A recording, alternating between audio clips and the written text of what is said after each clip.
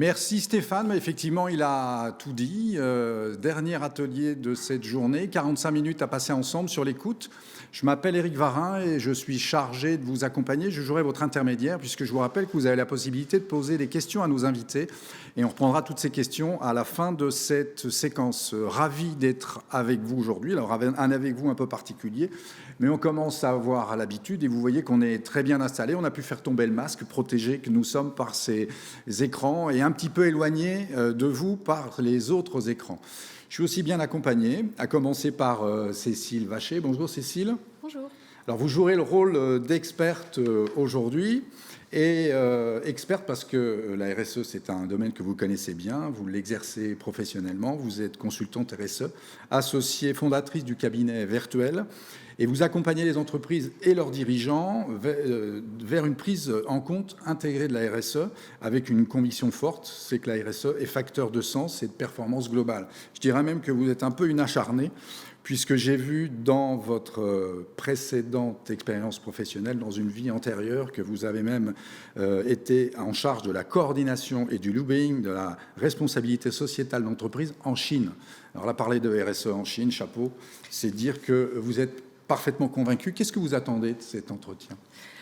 Alors, moi, je l'attends avec gourmandise parce que j'ai eu la chance de visiter Saulnier Duval il y a 2 ans à peu près avec le comité 21 et j'avais été assez bluffée de l'implication des salariés et j'attends d'en savoir un peu plus, effectivement. Bon, je viens de déplacer mon tabouret, ça a peut-être fait un petit peu de bruit, mais ça me permet aussi de vous présenter donc Éric Yvain, directeur de Saulnier Duval, directeur général de Saulnier Duval depuis 10 ans.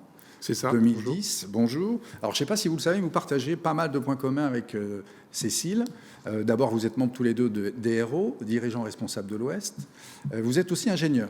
Et alors, je crois que c'est les mines pour Cécile et les arts et métiers pour vous. Exactement. Et vous avez commencé tous les deux votre carrière dans l'automobile, mais Exactement. pas dans le même groupe, Renault et PSA. Vous le saviez, ça ? Non. Non. Ben voilà, ben vous ne serez pas venu pour rien. Et donc, je l'ai dit, depuis 2010, vous êtes en charge de Saulnier Duval, une entreprise de 800 personnes, je crois, à Nantes, qui appartient à un groupe allemand, plus important, le groupe Vaillant, un groupe familial de 14 000 salariés. Exactement. Et ces 800 personnes, alors ce n'est pas effectif à temps plein, il y a des temps pleins, mais aussi des intérimaires dans ces effectifs-là. Ce sont des gens dont vous êtes à l'écoute, et c'est ce qui vous vaut d'avoir été choisi aujourd'hui pour témoigner de ce sujet-là, par la production, comme on dit. Donc, première question, de quoi on parle ? Ce sujet de l'écoute, c'est le signe d'un climat apaisé. Stéphane en a parlé tout à l'heure. Et peut-être pour commencer avec un signe qui est un indice, c'est le taux de fidélité dans notre entreprise, puisque vous avez un turnover très, très faible. Effectivement, on a un turnover qui est particulièrement faible.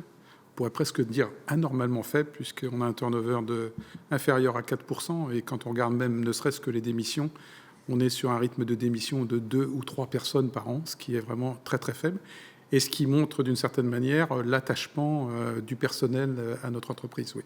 Alors, ça, on peut l'interpréter comme ça, mais si vous me permettez de vous taquiner d'entrée, quand j'ai regardé la pyramide des âges de votre entreprise, j'ai constaté que l'essentiel de vos collaborateurs avait entre 45 et 50 ans, et perfide comme je me suis dit que ce n'est pas un âge auquel on cherche beaucoup à bouger. Effectivement, ce n'est pas un âge où on démarre une nouvelle aventure, mais on a quand même un pourcentage non négligeable de techniciens, d'ingénieurs qui sont très jeunes, et qui rentrent même dans l'entreprise, et on est là aussi frappé par leur fidélité et d'une certaine manière leur bien-être dans l'entreprise. Donc on partage des valeurs qui sont vraiment reconnues et qui font que les gens sont contents, je dirais, de la situation qui est la leur. Bon, je prends, et je crois qu'il y a un autre indice, c'est que vous avez aussi un taux de recommandation assez élevé. Effectivement aussi, quand on mène nos enquêtes au niveau du personnel, on sait qu'on a plus de 70% des salariés qui recommandent l'entreprise à l'extérieur. Donc là aussi, c'est un gage, je dirais, de satisfaction et surtout de pérennité pour l'entreprise. Alors, on va essayer de comprendre pourquoi, d'autant que vous êtes passé par une phase de transformation ces dernières années qui aurait pu un petit peu bousculer tout ça. Et pour autant, ça s'est plutôt bien passé. Ce dont je veux parler, c'est la transformation numérique, notamment, qui vous a valu d'être labellisé parmi les premières en France, entreprise du futur. Je crois que vous étiez la 3e dans la région et un peu plus de 33e, je crois, en France. 33e en France, oui. Donc ça, c'est une phase un peu complexe et qui s'est bien passée. Pourquoi ? Ça s'est bien passé parce que, comme toujours, on a écouté, je dirais, les clients. Donc, on s'est aperçu que des solutions digitales pouvaient répondre à certains problèmes qu'on avait, certains challenges qu'on avait, je dirais, à anticiper. Et donc, à partir du moment où il y avait un besoin et que les solutions digitales étaient, je dirais, tout à fait aptes à résoudre nos soucis, on a effectivement décidé de s'engager dès 2006. Dès 2006, on avait commencé à digitaliser petit à petit l'entreprise. Ça s'est accéléré, bien évidemment, sur ces dernières années. Et puis surtout, je dirais, on est parti d'un principe de base, c'est qu'il faut que le digital soit au service des employés et des salariés, et non pas le contraire. Et à partir du moment où le digital aide les collaborateurs à faire correctement leur travail, à faciliter leur travail, il n'y a aucune raison que l'ensemble du personnel n'adhère pas. Alors ça, je veux bien qu'on en parle. Concrètement, qu'est-ce que vous avez mis en place ? Comment ça a fonctionné ? Alors concrètement, on avait un certain nombre de challenges. Vous l'avez dit tout à l'heure, on avait un taux d'intérimaires qui est relativement important, un turnover sur les intérimaires qui est fort, et comment faire en sorte que les intérimaires apprennent rapidement, en particulier les opérations d'assemblage. Eh bien, on s'est aperçu que les moyens modernes, en particulier ce qu'on appelle les tutoriels, étaient le meilleur moyen d'apprendre directement sur le site et directement en produisant. Et donc, on avait habituellement un cycle moyen d'une 15aine de jours pour former les opérateurs, les intérimaires, avec ces moyens modernes de digitalisation où, en fait, l'ensemble des opérations sont visualisées au poste, à l'écran. Un intérimaire, en l'espace de 4 jours, est capable d'arriver à ce qu'on appelle l'efficacité 100. Donc voilà le type d'outils utilisés et mis en place. Un autre outil aussi, c'est la réduction de la complexité. Sur une ligne d'assemblage, on peut avoir jusqu'à entre 65 et 85 variantes. Il est impossible pour un être humain de mémoriser 85 produits. Et donc là, le digital aussi est un apport très très important, puisqu'en fait, il guide l'opérateur ou l'opératrice dans sa démarche et être sûr de faire bien du premier coup. Alors on parle d'écoute aujourd'hui, ça veut dire qu'en illustration de cette thématique, l'expérience qu'on décrit là, c'est une expérience où vous avez concrètement mobilisé l'avis de vos collaborateurs. Comment ça s'est passé ? Ça s'est simplement passé parce que, en particulier, le personnel, on va dire âgé, qui avait beaucoup d'expérience, nous disait « ça devient trop compliqué. Je vais faire des erreurs, je sais que je vais faire des erreurs. Je vais en plus créer des erreurs qui ne vont être diagnostiquées qu'à la fin du processus. Je vais être obligé d'en référer à mon supérieur en disant que j'ai fait une erreur, ce qui n'est pas toujours très, très agréable. » Là, en fait, on lui a dit ça va se passer entre vous et la machine qui est juste à côté de vous pour vous dire, là, vous trompez, faites la modification jusqu'à ce que la modification soit bonne et qu'on puisse passer à l'étape suivante. Et aujourd'hui, parmi les plus ardents défenseurs de ces solutions digitales, c'est en particulier le personnel qui a beaucoup, beaucoup d'expérience et qui dit « je ne voudrais pas revenir en arrière ». Parce qu'aujourd'hui, le digital m'aide à faire correctement mon travail. Parce que vous les avez associés à la démarche, vous les avez impliqués. Et du coup, autre bénéfice, alors j'entends celui de l'hybridation peut-être entre les générations, autre bénéfice de cette pratique de l'écoute sur ce projet-là ? Alors il y a eu effectivement un effet un petit peu inattendu, c'est que ces dernières années, on a recruté pas mal de jeunes, donc on recrute en moyenne entre 30 et 50 personnes. Cette année, on a recruté 155 personnes en l'espace de 2 mois, cet été. Et en fait, on commence à mixer des très, très jeunes générations avec, effectivement, des gens qui ont beaucoup d'expérience. Et ce qui est un petit peu surprenant, c'est que la mayonnaise, entre guillemets, prend très, très bien. C'est-à-dire que les anciens sont là pour apprendre le métier aux jeunes, leur faire découvrir le produit. Et les jeunes qui sont très, très, très digitalisés, aussi bien à l'extérieur qu'à l'intérieur de l'entreprise, font en sorte, je dirais d'une certaine manière, éduquer les anciennes générations. Et donc on voit typiquement au moment des pauses des jeunes qui montrent à des personnes, je dirais, un petit peu plus anciennes dans la société, comment utiliser une application, ce genre de choses. Et donc il y a une hybridation, une mixité qui est très très très favorable. Du coup, un croisement des cultures. Donc ça, c'est peut-être un premier signe pour illustrer ce dont on va parler aujourd'hui. Deuxième, Stéphane en a parlé tout à l'heure, c'est ce trophée Harmonie 1001 vies qui vous a valu d'être récompensé pour un certain nombre de dispositifs que vous mettiez en place pour l'équilibre des temps de vie. Alors, on peut en parler Alors, effectivement, depuis longtemps, on a, je dirais, changé un peu le rapport social. Et on avait des demandes, là aussi, de personnel qui nous disaient, à certains moments de leur vie, j'ai besoin d'un petit peu plus de temps, je dirais dans ma sphère privée, donc des gens qui ont, par exemple, quelqu'un qui est malade pour une longue maladie, des gens qui ont besoin de s'impliquer plus dans le milieu associatif, et qui nous ont demandé, il y a quelques années, est-ce qu'il serait possible que pendant une année, j'ai, entre guillemets, des horaires aménagés. Donc on a commencé avec ce qu'on appelle des contrats seniors, donc les personnes qui ont plus de 55 ans, qui peuvent bénéficier, s'ils leur demandent, de 15 jours, 20 jours, 25 jours de congés supplémentaires sur un contrat annuel, dans la mesure, bien évidemment, où le service est assuré. Et puis, on a, je dirais, décliné aussi cette approche avec carrément des contrats temps libres. Donc là, il n'y a pas de critères d'âge. Mais si quelqu'un nous dit j'ai besoin cette année d'avoir un petit peu plus de temps libre, eh bien là aussi, on laisse la possibilité aux salariés, en accord avec la hiérarchie, bien évidemment, de prendre entre 15 et 25 jours de congés supplémentaires.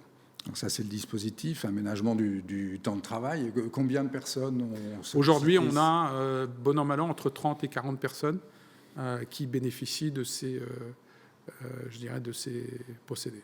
Et ça ne doit pas être simple à mettre en place. Je rappelle qu'on parle d'une usine, donc j'imagine des process, des procédures, etc. Oui, mais je dirais, comme toute chose, si c'est planifié à l'avance, si c'est organisé à l'avance, c'est faisable. Ce qui n'est pas possible, c'est de faire ça au pied levé. C'est la même chose pour le télétravail. On n'a pas attendu la crise sanitaire pour faire du télétravail. On est un établissement industriel qui fait du télétravail depuis 5 ans. Et là aussi, quand c'est organisé à l'avance, il n'y a pas de raison que ça ne marche pas. Et puis, l'avantage aussi, c'est que quand on a donné ce genre de droit ou d'autorisation, les gens comprennent beaucoup plus facilement le jour où on dit non. C'est-à-dire qu'on leur dit oui, ça c'était possible, mais dans le cas précis ou dans la situation actuelle, malheureusement, je vais dire non. C'est bien perçu, ça passe bien, peut-être là, pour le coup, entre les collègues, entre eux. C'est accepté à partir du moment où, il y a dialogue, à partir du moment où on en parle et qu'on explique. C'est pas tout de dire oui ou non. Il faut savoir dire pourquoi on dit oui et pourquoi on dit non. Non, mais il pourrait y avoir une espèce de réticence culturelle à l'idée de prendre des congés pendant que ses collègues continuent de travailler, et puis à l'inverse, ceux qui travaillent considérer que... Mais là aussi, quand le personnel comprend qu'une personne est dans la difficulté et qu'elle a besoin en fait de cette période, je dirais c'est du domaine du bon sens pour dire oui, effectivement, vu les situations, peut-être qu'un jour ça sera mon tour. Et je serais bien content de pouvoir bénéficier de ces mesures. Et du coup, c'est une forme de solidarité qui a pu aller jusqu'à des dons de RTT, comme ça se pratique de temps en temps. Alors, ça ne s'est pas concrétisé sous cette forme-là. Par contre, pendant la période de crise sanitaire qu'on a connue, même si notre établissement a été ouvert toute la période de crise sanitaire, puisqu'on avait des clients qui nous demandaient de produire des appareils de confort domestique. À certains moments, il a fallu, réduire un tout petit peu la voilure en termes de production, et on a bénéficié, pour certaines personnes, du chômage partiel. Mais la solidarité a joué à plein, c'est-à-dire que les personnes qui n'avaient pas pu avoir l'ensemble de leur salaire pendant cette période de chômage partiel, d'autres personnes ont abondé sous la forme de congés qu'ils ont transférés et qui ont été monnayés pour les personnes qui n'ont pas pu avoir, l'ensemble de leur salaire pendant cette période. Ok, bon, ça aussi c'est un signe. Alors, on parle d'aménagement du temps de travail. Là, vous avez aussi aménagé les postes de travail pour le coup.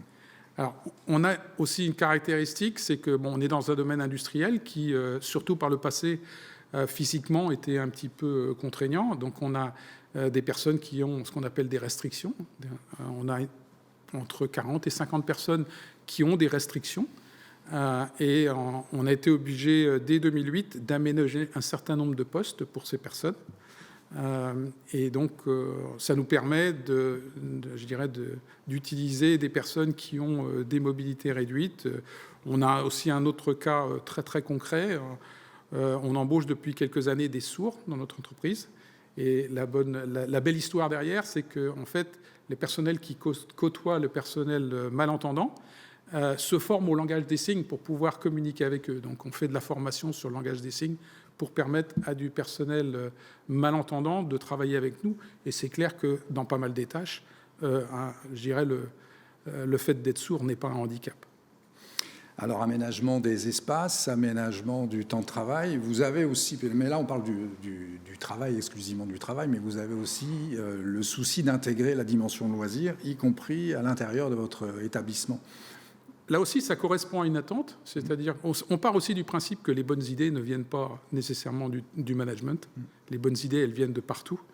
Et plutôt qu'avoir une approche, ce qu'on appelle top-down, on a plutôt une approche, je dirais, au contact de tout le personnel. Et quand il y a des personnels qui viennent nous voir en disant « j'ai une idée, j'ai une envie, est-ce que c'est envisageable pour l'entreprise, dans l'entreprise ?» Là aussi, on n'est pas fermé, on écoute. Et puis, il y a pas mal de cas où on peut effectivement répondre positivement. Donc, on a eu le cas de nos équipes, par exemple, de corpo de tennis de table, qui avaient besoin d'un investissement temps pour pouvoir s'entraîner sur le site, plutôt que le midi partir dans des gymnases pour s'entraîner. On nous a demandé est-ce que c'est possible d'envisager une salle de sport. En l'espace de 3 semaines, on a été capable de préparer une salle de sport pour cette équipe pour s'entraîner. On a d'autres personnes qui nous ont demandé, on bénéficie, on est chanceux, on bénéficie de pratiquement 5 hectares d'espace vert au cœur de Nantes. Et il y a des gens qui nous ont dit, mais est-ce qu'on ne peut pas utiliser une partie de cette surface pour faire des potagers ? Eh bien, à partir du moment où il y a des personnes qui veulent le faire, on a juste à l'encadrer un petit peu, donner un petit peu d'argent, et on peut le faire. Même chose pour des gens qui nous ont dit, on voudrait avoir des ruches sur le site. Eh bien, on a des ruches depuis maintenant 6 ans sur le site. Ok, donc on a une première photographie là, concrète de ce que vous avez mis en place. Alors bien entendu, il y a des choses aussi peut-être un peu plus classiques sur l'intéressement des salariés aux résultats de l'entreprise, sur les primes transport, etc. Mais plutôt que d'insister sur ces exemples concrets, je voudrais qu'on passe maintenant au mode d'emploi pour essayer de comprendre ce que vous avez mis en place et comment ça fonctionne. À commencer par une curiosité, vous n'avez pas nommé de responsable de la RSE au sein de vos effectifs de direction. C'est une décision personnelle de ma part. En fait, je pars du principe que nommer un responsable, c'est déjà déresponsabiliser les autres. Donc pour moi, l'affaire de la RSE, c'est l'affaire de tous. Et si en fait tout le monde se tourne vers une personne qui est l'emblème de la RSE, il y a un risque de mon point de vue, de scléroser. Donc on préfère faire, je dirais, la RSE tous ensemble de manière, je dirais, collaborative. Et effectivement, on n'a pas de manager, on va dire, de la RSE sur notre site, mais tout le monde en fait à son niveau et ça fonctionne plutôt bien. Alors, on demandera peut-être à Cécile tout à l'heure ce qu'elle en pense, mais on pourrait aussi considérer que c'est un métier à part entière qui nécessite des compétences, de la formation. Enfin, il y a, là, dans le cas présent, il peut y avoir 2 écoles, mais vous avez clairement choisi la première, on va dire la transversalité. Ça ne peut pas atteindre des limites ? Bien sûr, ça atteint des limites. Je pense que c'est... d'abord, il faut déjà que la majorité adhère. Donc ça, c'est pas garanti. Et puis, c'est vrai que des fois, avoir un leader charismatique à la tête, ça peut être un bon moyen d'aller plus vite. Mais je pense que pour aller plus loin, il faut vraiment avoir l'implication de tous. Parce que sinon, on a peut-être même le risque d'un décalage entre l'équipe dirigeante RSE qui va essayer de tirer en fait la démarche, et puis une partie du personnel qui n'adhérerait pas, quoi. Alors j'imagine que ça passe aussi par un comportement exemplaire en premier du dirigeant, c'est-à-dire qu'il faut que ça soit incarné. Est-ce que c'est ça la clé de la réussite ? Je pense que c'est un élément important. C'est effectivement, je dirais, les dirigeants ou les managers, je dirais, on est en permanence sous les feux de la rampe. Hein. Les gens nous voient. Okay, donc, il faut que d'une certaine manière, on incarne notre dialogue. Hein. Donc si effectivement on a, je dirais, un message qui est dissonant par rapport à notre comportement, c'est vraiment pas le meilleur moyen d'embarquer l'ensemble du personnel. Donc oui, effectivement, c'est important que les dirigeants et les managers soient source d'exemples. Rassurez-vous, on n'est pas parfait, on fait des erreurs tous les jours, mais néanmoins, il faut qu'on soit d'une certaine manière crédible. Alors du coup, vous êtes un peu l'étendard de cette politique RSE dans votre entreprise. Je crois que les gens vous appellent par votre prénom. C'est un gadget ou ça correspond à quelque chose? Non, c'est une facilité. Donc en général, quand j'accueille les gens dès le premier jour, le premier contact, je fais en sorte, entre guillemets, de les mettre à l'aise en leur disant, moi, on m'a toujours tutoyé, on m'a toujours appelé Eric, il n'y a pas de raison de faire de la discrimination. Donc je leur dis clairement, ouvertement, que j'aimerais bien qu'ils m'appellent par mon prénom et qu'ils me tutoient. C'est pas facile pour tout le monde. Oui, ça ne va pas passer pour tout le monde. Il y a des gens qui, de toute façon, je n'arriverai pas à les convaincre, je le sais.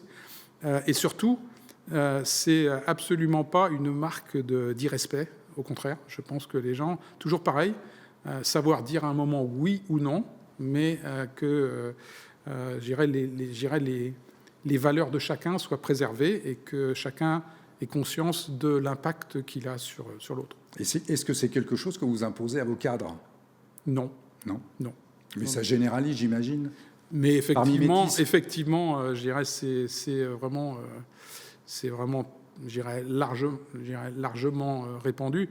Bon, j'ai une autre particularité, c'est que j'ai fait aussi l'ensemble de ma carrière dans un domaine anglo-saxon et je dirais, j'ai pas mal vécu à l'étranger, travaillé à l'étranger, et souvent à l'étranger, on nous appelle par nos prénoms. Il n'y a pas le vouvoiement et le tutoiement comme on connaît en France. Donc, je dirais, j'ai baigné dans cette culture. Et ce qu'on voit, c'est que c'est une culture qui, aujourd'hui, petit à petit, aussi déteint sur la culture française. Et pour moi, c'est une bonne chose, faire tomber les barrières, le plus de barrières possible. Je pense que c'est dans le sens de l'histoire. Alors, on est sur le mode d'emploi et notamment sur le rôle de l'encadrement. Donc, je comprends ce que vous mettez en place, je comprends ce que vous portez comme drapeau. Et est-ce que vous mettez des indicateurs? Est-ce que vous challengez vos équipes, en particulier du comité de direction, sur cette question de la RSE et de l'écoute? Alors, sur la RSE dans notre établissement est aussi très cadrée, puisqu'on fait partie d'un groupe familial allemand pour qui la RSE est très, très, très importante. C'est le nom, en fait, de la famille Vaillant qui est en cause. Et donc, on a des objectifs annuels en termes de RSE sur les 4 piliers de la RSE. Donc, bien sûr, l'aspect environnemental. On est partie prenante très, très importante, mais aussi la partie économique et pérennité de l'entreprise, la partie sociale et la partie sociétale. Et sur chacun de ces critères-là, on a tous les ans un objectif, et surtout, on a un objectif à moyen terme, en général 5 ans, sur lequel on se projette.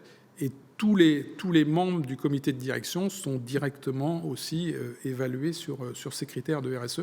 Ça fait partie de la culture de l'entreprise. Donc, du coup, y compris vous. Y compris moi. Alors, on va passer à la troisième partie. C'est celle qui illustre cette image du marathon. La RSE, c'est quelque chose qui doit s'installer dans la durée. C'est pas si facile au quotidien. Donc, comment on fait pour assurer une espèce de pérennité qui pourra aller au-delà de votre propre personne, d'ailleurs? Bien sûr. Déjà, la RSE... rien de mal, hein. C'est simplement le destin. De toute façon, la RSE a commencé dans l'entreprise avant moi, puisque mon prédécesseur, en 2008, avait déjà, je dirais, démarré ce que j'appelle une démarche ou une culture. Donc, il y a eu un passage de témoin. Il y a eu un passage de témoin, effectivement, en 2010. Ce qui est clair, c'est que la RSE, ce n'est pas un projet, c'est une démarche, c'est plus que ça, c'est une culture. C'est quelque chose qui s'inscrit dans la durée, de la même manière qu'une entreprise s'inscrit dans la durée. On a une entreprise qui est plus que centenaire, et on a un objectif clair, c'est que dans 100 ans, l'entreprise existe toujours. Et donc, le passage par la RSE, c'est pour moi la meilleure garantie de la pérennité de l'entreprise, y compris économique. Donc, je rappelle souvent que la RSE, ce n'est pas uniquement, je dirais, des objectifs sociaux, sociétaux ou environnementaux, c'est aussi, je dirais, un objectif de pérennité de l'entreprise qui passe par sa rentabilité. Alors, on en reparlera peut-être un petit peu tout à l'heure sur les bénéfices de ce sujet-là. C'est un travail de longue haleine, c'est clair, mais je dirais chacun va à son rythme. Il n'y a pas de, c'est pas un sprint. Et c'est plein de petites choses qui montrent que, effectivement, nous changeons. Et donc derrière cette question, il y a aussi la question des bénéfices, justement, vous l'évoquiez, que peut retirer l'entreprise, puisque je ne sais pas si vous avez utilisé l'expression là aujourd'hui, mais on en a parlé tout à l'heure, il y a un côté win-win dans la RSE, gagnant-gagnant, et le bénéfice pour l'entreprise, vous en parlez, le bénéfice pour les salariés, on a essayé de l'illustrer au démarrage. Comment on fait pour tenir cet équilibre? C'est quoi vos convictions sur ce sujet-là? Ce que je pense, c'est que l'image, c'est quelque chose qui se construit dans le temps aussi. Donc, on parle de marque d'entreprise. Je pense que la marque d'entreprise de Sony Duval, elle est déjà bien connue, elle s'inscrit dans l'histoire. Elle est petit à petit en train de changer. Mais aujourd'hui, on sait que cette image qu'on est en train de donner, qu'on est en train de construire, elle est très porteur d'avenir. C'est très porteur, c'est clair. Et qu'on le voit ne serait-ce que dans nos processus de recrutement aujourd'hui, quand on n'a pas de difficulté à recruter. Je parlais tout à l'heure des 155 recrutements qu'on a fait en l'espace de 2 mois. Sans faire pratiquement aucune annonce, on a eu plus de 450 candidatures. Donc, je ne dirais pas que les gens se sont rués à la porte, mais c'est effectivement porteur. Et puis surtout, je dirais, ça ancre l'entreprise dans le présent, mais surtout se projeter dans l'avenir, quoi. Ça nous donne aussi peut-être l'occasion de parler un peu du passé, puisque du coup, ce climat apaisé qu'on signalait en démarrant, il n'a pas toujours été présent. Alors, on parle d'une époque que tout le monde ne peut pas connaître ici, mais nous, on y était. Les années 70, 80, Saunier Duval, en particulier à Nantes, était réputé pour faire partie des avant-postes en matière de contestation. C'est sûr qu'à l'époque, Saunier Duval était bien en phase avec la couleur de son logo. C'était effectivement une entreprise qui était déjà dans un bassin industriel très revendicatif, on va dire. Les Batignolles, et puis les problèmes des chantiers navals à l'époque à Nantes. Mais je dirais ça aussi, c'est une page qui s'est tournée.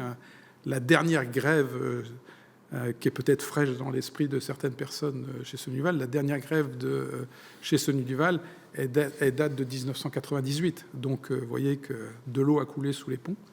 Et effectivement, on est maintenant dans un dialogue qui est beaucoup plus apaisé, avec des représentants des salariés qui sont des gens avec qui on peut dialoguer, qui ne sont pas, je dirais, figés dans leurs principes. Donc oui, une certaine image de l'entreprise, mais qui a évolué. Ça m'intéresse qu'on parle de ça, puisqu'on parle d'écoute. On n'a pas parlé des représentants des salariés, et puis pour appeler un chat, des syndicats. Quelle place prend justement cette philosophie qu'on est en train de décrire dans le dialogue social et dans le travail qu'on fait avec les organisations syndicales?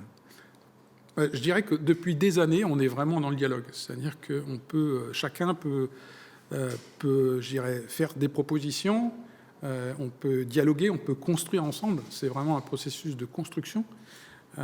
Et ça, c'est très agréable. Donc, on n'est pas dans une situation de conflit en permanence.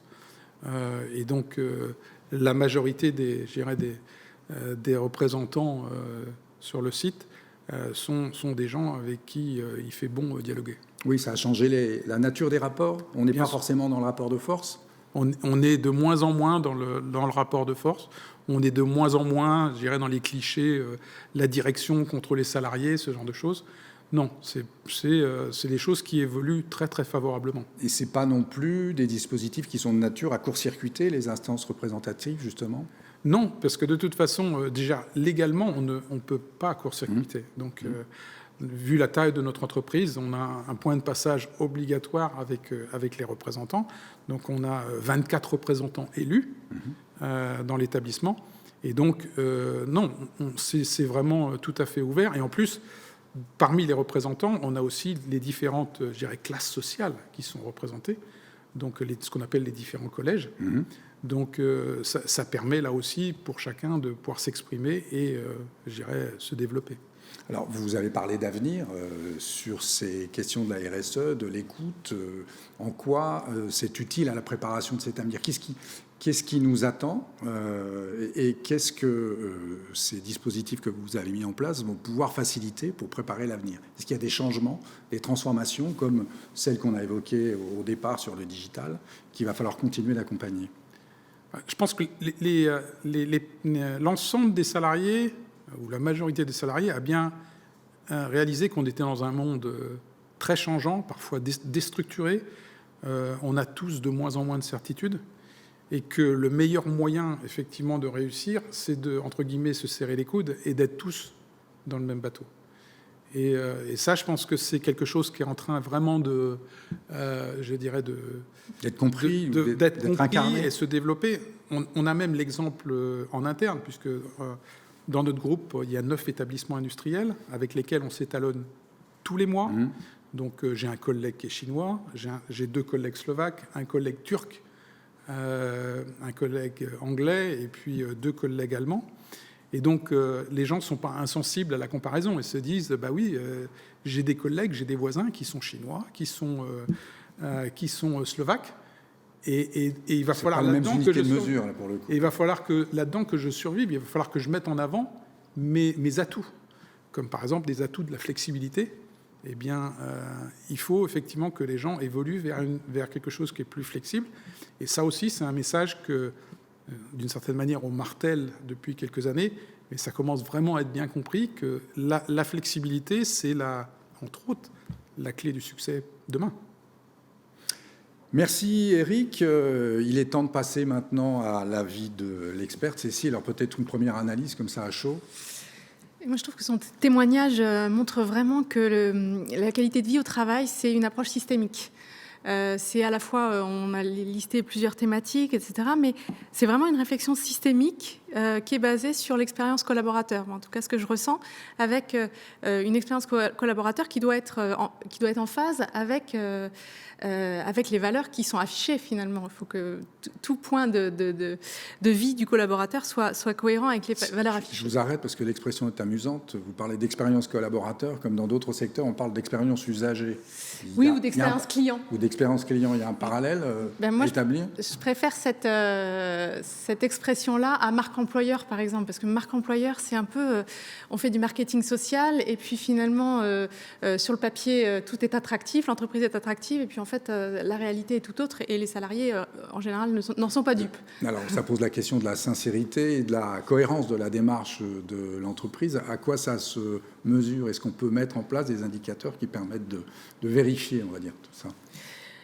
Alors oui, tout à fait. Et déjà, il faut dépasser une vision un peu passéiste, pourtant il n'y a pas si longtemps, mais de se dire que la qualité de vie au travail, c'est une vision un peu mécaniste où on protège le salarié physiquement et mentalement. Je fais référence un peu au bonheur au travail où il suffisait de mettre une table de ping-pong ou un baby-foot pour qu'on se dise voilà.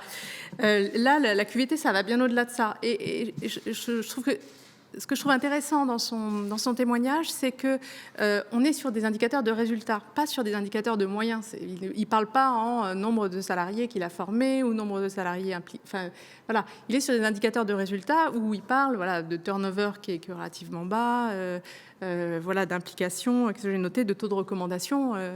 Donc je trouve ça intéressant. Après, dans cette approche systémique, on va bien sûr rencontrer un certain nombre de thématiques qui sont les thématiques de la qualité de vie au travail.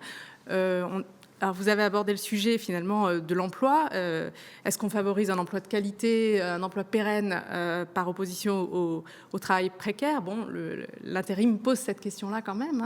Voilà. Bien sûr, la santé-sécurité et l'amélioration des conditions de travail et le maintien dans l'emploi des seniors, effectivement, qui commencent à être usés par la vie. L'égalité, l'équilibre vie pro, vie perso que vous avez aussi souligné. L'égalité de traitement. Que je relie aussi finalement au partage équitable de la valeur créée par l'entreprise. Et puis, un sujet que vous n'avez pas forcément abordé, mais qu'on a abordé, je me permets de le rajouter, en off, qui était le développement des compétences des collaborateurs. Voilà, donc là, on sent qu'il y a quand même beaucoup de thématiques qui sont abordées. Moi, ma préconisation, et pas forcément en relation avec le témoignage qui vient d'être fait, c'est d'une part de le centrer effectivement sur cette expérience collaborateur, et puis d'autre part de le centrer sur le sens au travail et de le relier à la RSE. Alors, je reviens sur l'expérience collaborateur et sur des indicateurs. Concrètement, ça veut dire qu'on conduit des questionnaires, on prend le pouls, justement, on fait des sondages d'opinion sur la perception de tout ça par les collaborateurs. Par quels outils ça passe, la mesure de ces indicateurs? Voilà, je pense que déjà, le climat social et le climat apaisé avec les représentants du personnel est un bon indicateur. Et effectivement, on peut faire un baromètre aussi. C'est assez intéressant. Alors, il ne faut pas forcément partir dans des grands baromètres compliqués, etc. Mais on peut aussi assez facilement demander est-ce que vous recommandez l'entreprise ou pas. D'ailleurs, il y a des entreprises qui mettent en place un système de parrainage pour attirer une cooptation. Ouais, voilà. On fait de la cooptation. Ouais. Donc, voilà. Quand on fait des recrutements, on demande au personnel de nous trouver des futurs collaborateurs. Et les collaborateurs qui nous ont trouvé, je dirais, la perle rare, bénéficient d'une prime. Okay. Et ces sondages d'opinion, ces baromètres, vous les avez mis en place aussi? On n'est pas très, je dirais, favorable à ça, parce qu'en fait, on a constaté qu'en fait, ça changeait très, très peu. Donc, c'était vraiment sur la durée que ça changeait. Mais je dirais, il y a simplement un bonjour le matin, ça vaut tous les baromètres. Un bonjour entre quatre yeux, ça vaut tous les baromètres. Moi, je trouve que quand même, quand on met en place un plan d'action, arriver ensuite à poser des questions qui sont en relation avec ce qui était demandé et est-ce qu'on a atteint l'objectif, c'est quand même utile. Voilà. Oui, c'est important. Effectivement, plan d'action, on a parlé d'indicateurs. Enfin, il faut toujours savoir d'où on part pour voir si on progresse et avoir un plan si on veut atteindre un objectif. Donc, c'est ça qu'il faut comprendre dans votre intervention. Oui, et ce que j'avais beaucoup aimé dans le témoignage, c'est vraiment la place du dialogue. Enfin, et d'ailleurs, vous parlez aussi d'un dialogue qui est pas nécessairement descendant, hein, qui peut être montant. Et donc, effectivement, ça amène à faire des plans d'action en réponse, justement, à ce dialogue. Et alors, vous avez commencé à parler du sens. Oui, c'est ça. Plutôt que de... Je vois parfois des entreprises qui ont bien compris toutes les thématiques de la qualité de vie au travail et qui rentrent un peu dans une démarche un peu conformité, même pour la RSE. Hein. On arrive sur des entreprises qui cochent les cases et qui se posent la question, mais pourquoi en fait ça marche pas? Et pour moi, je pense qu'il faut reconnecter avec le sens. Et il y a 5 grands facteurs de sens au travail. Je m'appuie sur des travaux de sociologues, hein, que je ne suis pas sociologue moi-même.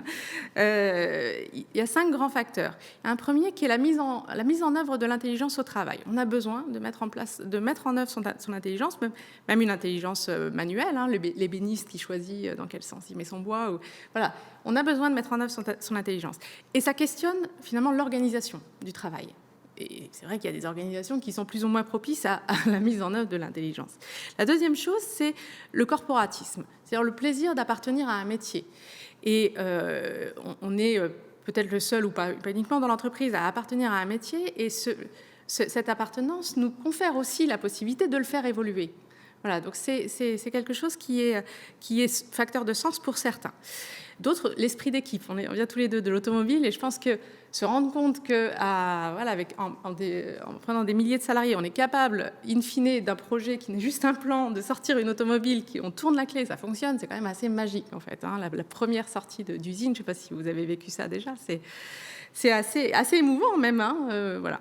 Donc on a cet esprit d'équipe qui emmène et le fait de faire quelque chose collectivement qu'on ne serait pas capable de faire seul, c'est facteur de sens également. Le quatrième, c'est la reconnaissance. Le salaire n'en est qu'une partie, mais c'est quand même une reconnaissance. C'est ce qui permet aussi la reconnaissance des proches parce qu'on arrive à les faire vivre. Enfin, voilà. Et ce qui est important derrière le salaire, c'est aussi l'équité du salaire. Pourquoi et donc, quand on parle d'égalité homme-femme, notamment, voilà. On n'a pas beaucoup parlé. On n'en a pas parlé, en non, l'occurrence, mais je ne sais pas si on aura beaucoup de temps. Mais non, c'est pas là-dessus. Mais il ne faut pas que je vous lance, mais c'est vrai. Voilà, l'équité du salaire, ou en tout cas le fait d'avoir des critères objectifs pour le salaire, c'est particulièrement important. Et le deuxième aspect que vous avez souligné, c'est les pratiques managériales. Qui participent bien sûr à la reconnaissance. C'est très simple, un merci, un bravo, voilà, ça fait partie effectivement des valeurs qu'on veut porter et qu'on veut véhiculer. Et je terminerai par le 5e, mais parce qu'il est important par rapport à Social Change aujourd'hui, c'est l'utilité sociale. Et l'utilité sociale, finalement, la RSE permet de redonner du sens à l'entreprise dans la société, ou en tout cas, elle augmente le sens de l'entreprise dans la société, elle le rend visible et explicite. Derrière, on travaille bien sûr à rendre du sens au travail dans l'entreprise. Donc finalement, on redonne du sens au travail tout court, dans la société. Donc c'est vraiment tout ça qu'on peut rechaîner quand on réfléchit à l'expérience collaborateur avec le lien sens au travail. Et par exemple, on a parlé un petit peu de la crise Covid, et il est étonnant de voir que dans des entreprises qui ont soit explicité, soit qui ont une démarche RSE, soit qui ont explicité à travers leur raison d'être leur rôle dans la société, il y a eu beaucoup plus de cohésion sociale et beaucoup plus de solidarité et donc de continuité d'activité que dans d'autres entreprises. Donc ça, c'est assez étonnant. Et il n'y a pas de raison qu'on arrête la transition énergétique parce qu'il y a une crise sanitaire. Donc on a besoin des pompes à chaleur. Donc je pense que le lien, il est tout fait pour Sonia Duval, en tout cas. Merci, Cécile. Donc, si je résume votre intervention, il y avait la question de la sincérité et de la cohérence, la question de la mesure par des indicateurs de cette expérience collaborateur et la mise en place de plans d'action. Et puis, vous avez beaucoup insisté sur le sens au travail en terminant sur les pompes à chaleur, mais tout le monde n'est pas égal par rapport à l'utilité sociale de son activité. Non, mais ce que je voudrais du coup bien revenir, c'est sur cette vision systémique et de ne pas rentrer dans une démarche conformité, mais et être vraiment sur une logique émancipatrice du salarié plutôt qu'une logique paternaliste où on décide tout pour le salarié et on coche les cases et à la fin on se demande pourquoi ça ne marche pas. Avec une logique qui n'est pas seulement celle de la certification. Clairement pas. Pour le coup. Il nous reste 3 minutes 44, le temps de prendre quelques questions. J'en vois une tout de suite que je vous pose, Eric. Avez-vous un budget spécifique dédié à l'ensemble de votre politique RSE? On n'a pas de budget spécifique pour la RSE. Simplement, on est dans un groupe où, à partir du moment où on explique qu'on a besoin de quelque chose et que c'est justifié, ne serait-ce que, par exemple, pour réduire l'empreinte environnementale, par exemple, je ne dirais pas qu'on a carte blanche, mais on ne nous refuse pas ce type de budget. Et donc, on en bénéficie. La particularité aussi, c'est qu'on n'a pas d'habitude de calculer les investissements sur la RSE sur la base des autres investissements avec une rentabilité, je dirais, à date. Donc, on sait que la démarche RSE, elle s'inscrit sur une très, très longue période. Donc, nous ne faisons pas de calcul de rentabilité sur nos investissements. Donc, ça pourrait être aussi un indicateur. Donc, pas de ROI, en tout cas immédiat. Pas de ROI sur la RSE. Sur la RSE. Non. Autre question, est-ce que vous avez des inspirateurs en matière de RSE?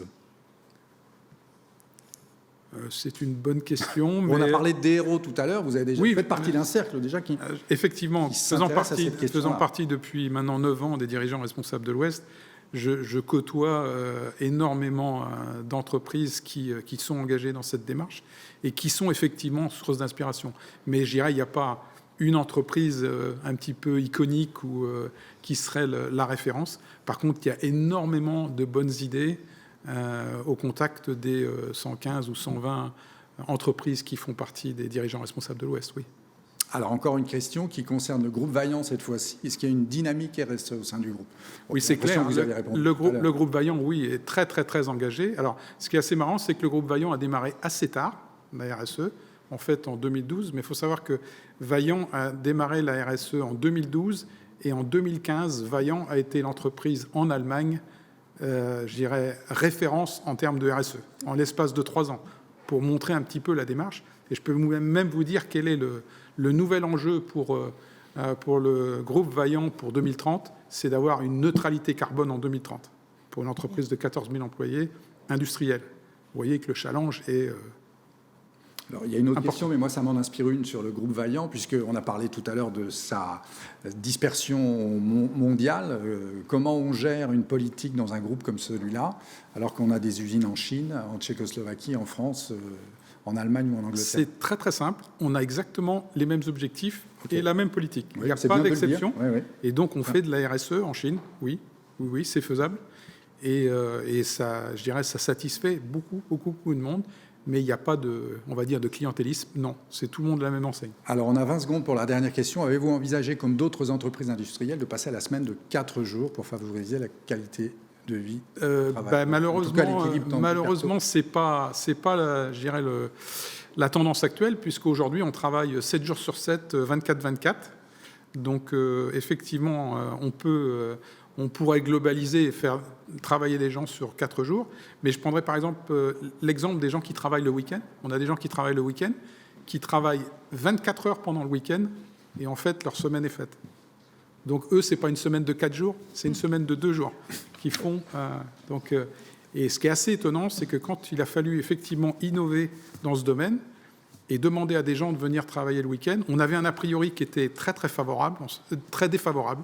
On s'est dit on va avoir énormément de difficultés.